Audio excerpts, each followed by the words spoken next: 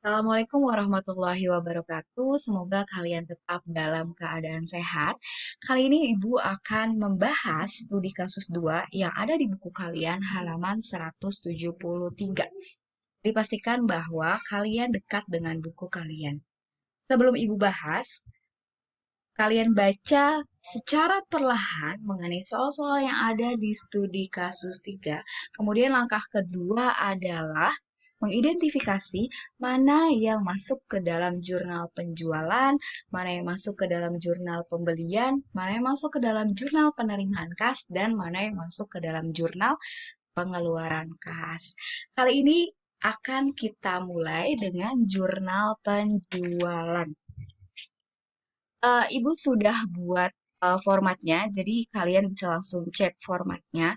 Contohnya adalah di halaman 173, contoh jurnal penjualan ada di nomor, coba kita cek nomor 8. Sebelumnya, apa sih jurnal penjualan itu? Jurnal penjualan hanya untuk transaksi yang bersifat kredit. Jadi kalau misalnya ada transaksi menjual secara kredit, maka bisa dipastikan bahwa itu adalah jurnal penjualan. Terus, kalau misalnya ada transaksi yang bersifat tunai, penjualan secara tunai, berarti kita nerima uang.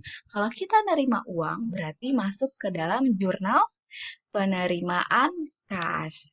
Khusus untuk jurnal penjualan dan pembelian hanya untuk transaksi jual atau beli yang bersifat kredit. Pintar.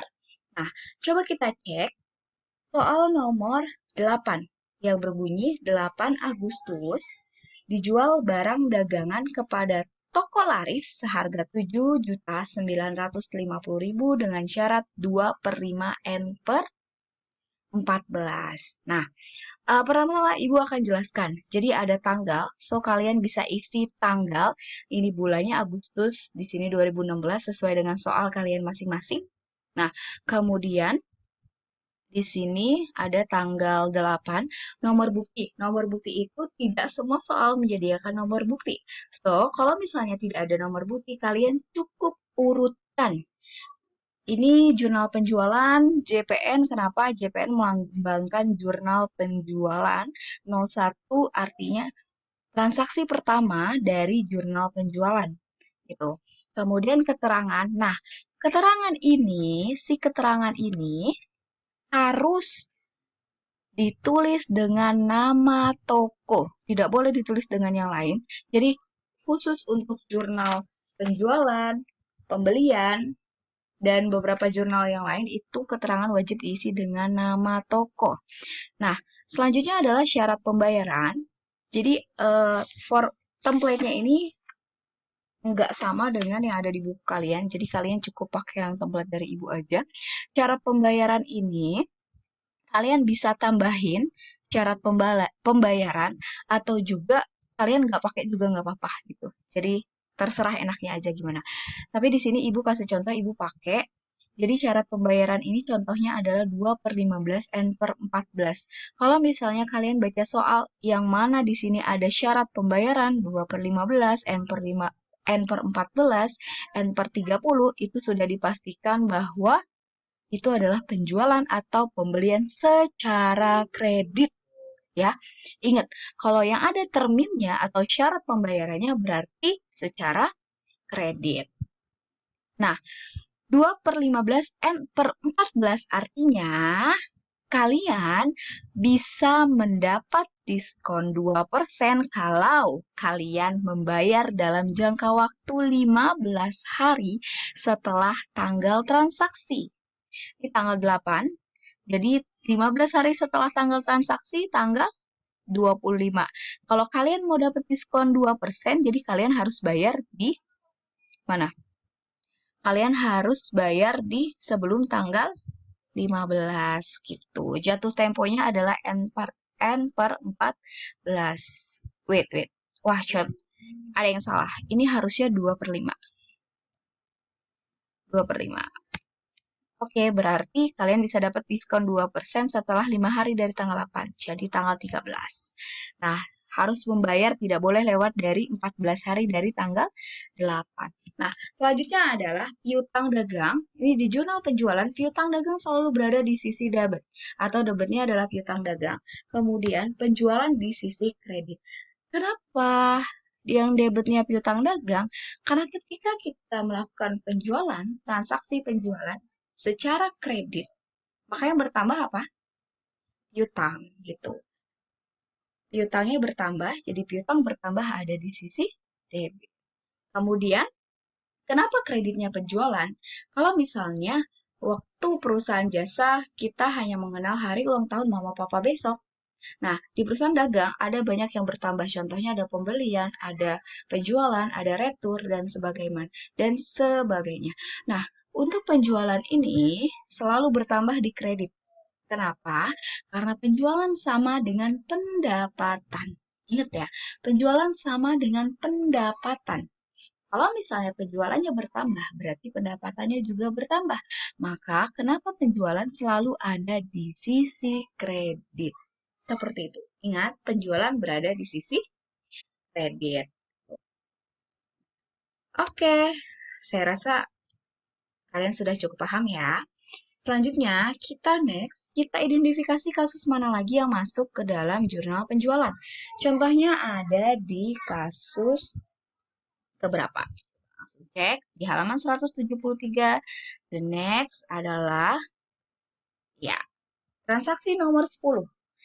Dijual barang dagang kepada toko maju 12.500.000 dengan syarat 2/5 N/14. Sama seperti di atas, tanggalnya tanggal 10. JPN 02, kenapa? Karena dia transaksi kedua dari jurnal penjualan. Kemudian keterangannya adalah toko maju. Kemudian syarat pembayaran sama 2/5 N/14.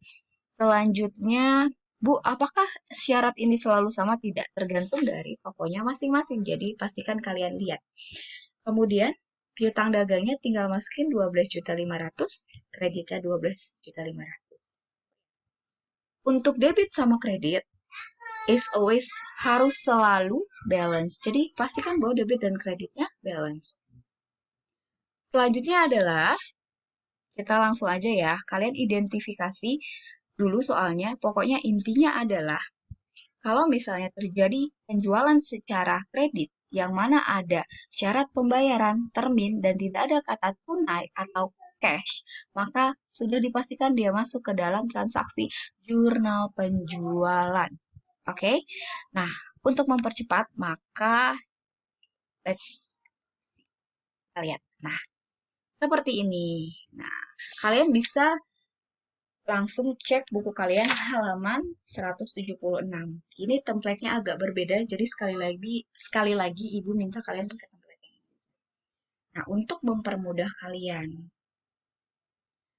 Nah, dan di akhir ketika kalian sudah membuat jurnal, jangan lupa untuk ditotalin. Jangan sampai nggak ditotalin. Pokoknya buat serapih mungkin. Totalnya harus balance. Di sini ada 74.100.000 sama dengan total yang di buku. Halaman 176, 74.100.000. Nah, yang unik di jurnal khusus adalah setiap pengerjaan jurnal khusus harus ada rekapitulasinya. Nih, rekapitulasi sama aja. Jadi kalian bisa sesuaikan aja. Nah, contohnya adalah nomor akun. Ini lihat diisi dengan nomor akun. Ini juga diisi dengan nomor akun. Jadi, berupa ringkasan saja. Nah, kalian cukup baca di sini ada piutang dagang, ada di debit dan kreditnya penjualan. Maka akun piutang dagang adalah 112. Ini 112. Kemudian nominalnya berapa? 74.100.000. Dan kreditnya penjualan adalah, kepala akunnya adalah 4.